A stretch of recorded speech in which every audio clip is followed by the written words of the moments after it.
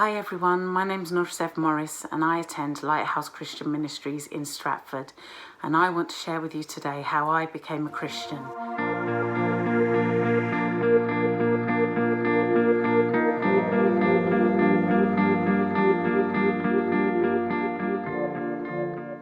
So I was born into a Turkish Cypriot Muslim family. Growing up, I was a good little girl. I did as I was told, and would help out in the house and do all the good things that good little Turkish girls do. But there were problems at home and it affected me after a while. And in primary school as well, I was bullied for being Turkish and called different names, and so I would put powder on my face, funnily enough, to try and make myself look whiter, because I thought then that the girls would like me at school, but it didn't help, it made things worse. So in the end I decided that when I went to secondary school I wasn't going to have it anymore and I was just going to reinvent myself, and so I did that, and I changed my appearance and my attitude and became much more confident and made friends and was more popular in secondary school. I was also in drama school and that helped with my confidence at the time, and then I started singing in theatre and then in a rock band, and then I became an R&B singer and was pursuing this professionally. At this time as well, as a young teenager, I used to sneak off to clubs with my foster sister and would hang around with drug dealers and date different guys each few weeks. I began to smoke from around the age of 14 years old, and from a spiritual perspective, I used to pray to Allah. I'd repeat the Arabic prayers that my grandma taught me, but nothing changed. I didn't ever get a response when I would try those prayers.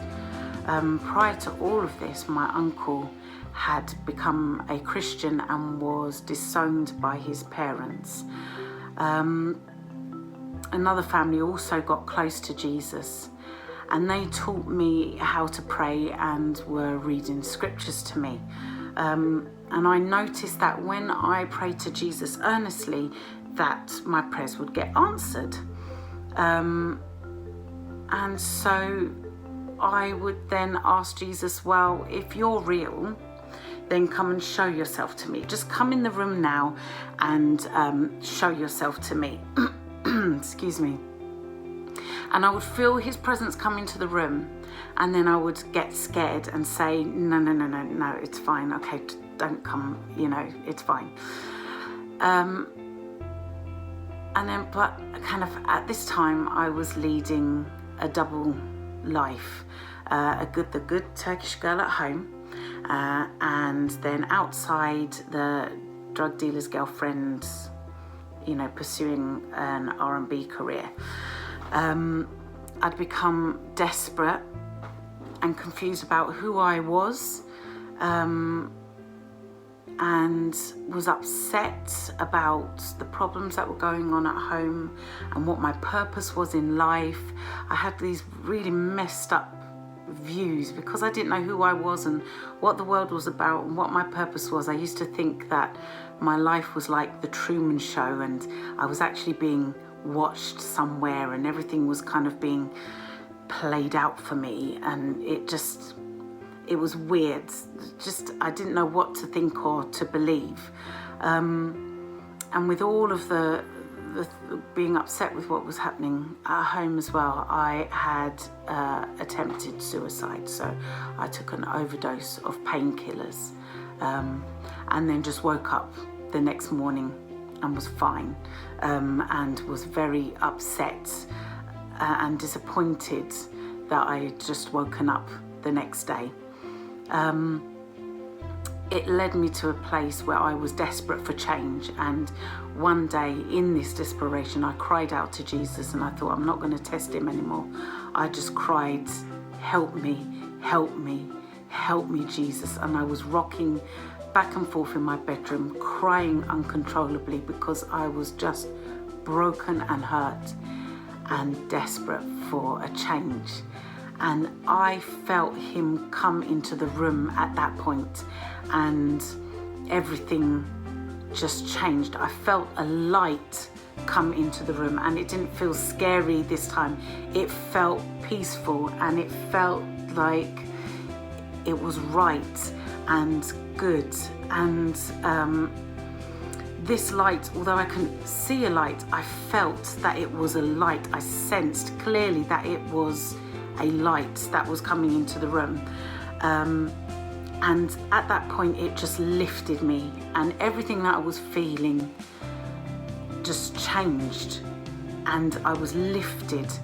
And although following that experience, my life, my circumstances didn't change initially straight away. They did over a period of time, but I had changed inside, and I knew that Jesus was real as real is. I knew he was real through that experience, and I knew that I had to get to know him more. And I'd started looking for a church at that point, and met two sisters at college. And I'd visited some other churches, and they didn't feel right, but these two sisters invited me to a testimony service where people were talking, like I am now, about how Jesus had changed their lives. And I knew when I went into that service that this was the place that I was meant to be. And I had started changing at that point, and my mum saw the change in me. She knew what I was like outside of the home. She knew that I wasn't an angel. My dad didn't know, so he couldn't understand the change as much. I couldn't tell him straight away, and where I'd used to go out, sneaking out to go clubbing, now I was sneaking out to go to church.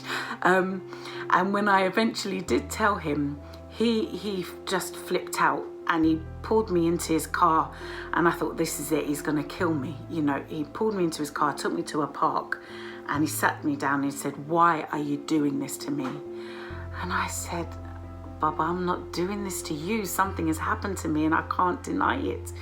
And he didn't understand straight away. But now, I mean, this is now 23 years ago. So he's seen the change, he's seen my life and how it's progressed, and that this isn't just a phase, and he's seen the good things that have happened as a result of it. And now he's kind of come round to the idea, thank God. Things were very difficult at first, and I had to kind of pray in secret. Even to just say the name of Jesus was challenging, because the name of Jesus was taboo in my culture. So even just to be able to pray in the name of Jesus or call on the name of Jesus wasn't easy. It had to be something that I taught myself to do. And I had a real hunger and a desire for God. I had to fight for him. Eventually, when I told, my family, I had to fight to be a Christian. I had to fight to be able to go to church. This meant something to me. It's something I've had to, and I'm repeating myself, but it's something I've had to fight for, potentially at the cost of losing my family. So it was something that I was that sure about, that I just knew what I'd experienced was real, and that he was real, and that I was now developing a relationship with another man, the man Jesus, the God who has then transformed and changed my life as a result. He has kept me through the terrible times that I've been through. He's kept me through the wonderful times that I've been through, and everything in between. It's unlike any other relationship. He has blessed me with a good husband and with 3 wonderful boys, and I thank God for all that he's done. And now I sing for Jesus. He's touched many lives through my singing now, so he's used the gift that he's given me now to reach other people's lives, and that's just wonderful. And I look forward now to an eternity with Jesus, and I hope you do too.